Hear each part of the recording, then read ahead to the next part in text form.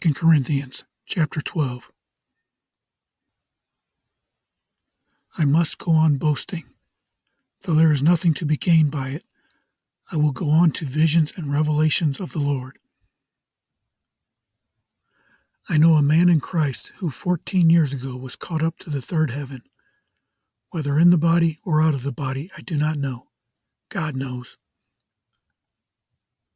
And I know that this man was caught up into paradise. Whether in the body or out of the body, I do not know. God knows. And he heard things that cannot be told, which man may not utter. On behalf of this man I will boast, but on my own behalf I will not boast, except of my weakness.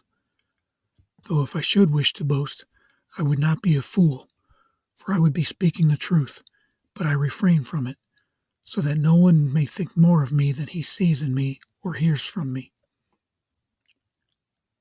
So to keep me from becoming conceited because of the surpassing greatness of the revelations, a thorn was given me in the flesh, a messenger of Satan to harass me, to keep me from becoming conceited.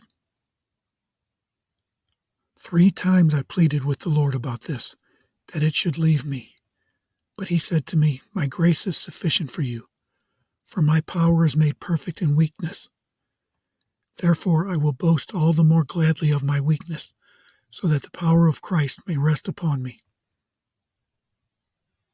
For the sake of Christ, then, I am content with weaknesses, insults, hardships, persecutions, and calamities.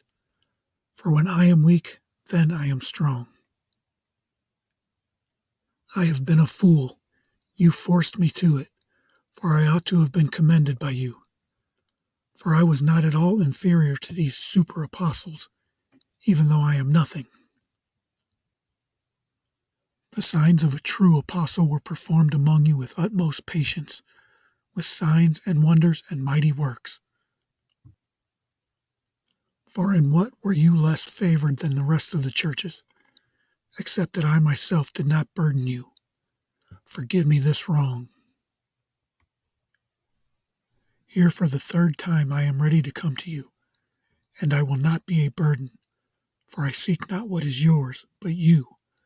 For children are not obligated to save up for their parents, but parents for their children. I will most gladly spend and be spent for your souls. If I love you more, am I to be loved less? But granting that I myself did not burden you, I was crafty, you say, and got the better of you by deceit.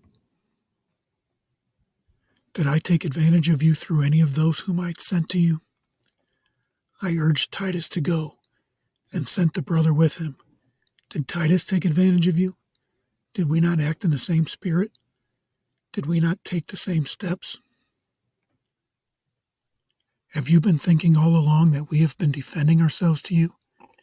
It is in the sight of God that we have been speaking in Christ, and all for your upbuilding, beloved. For I fear that perhaps when I come, I may find you not as I wish, and that you may find me not as you wish, that perhaps there may be quarreling, jealousy, anger, hostility, slander, gossip, conceit, and disorder.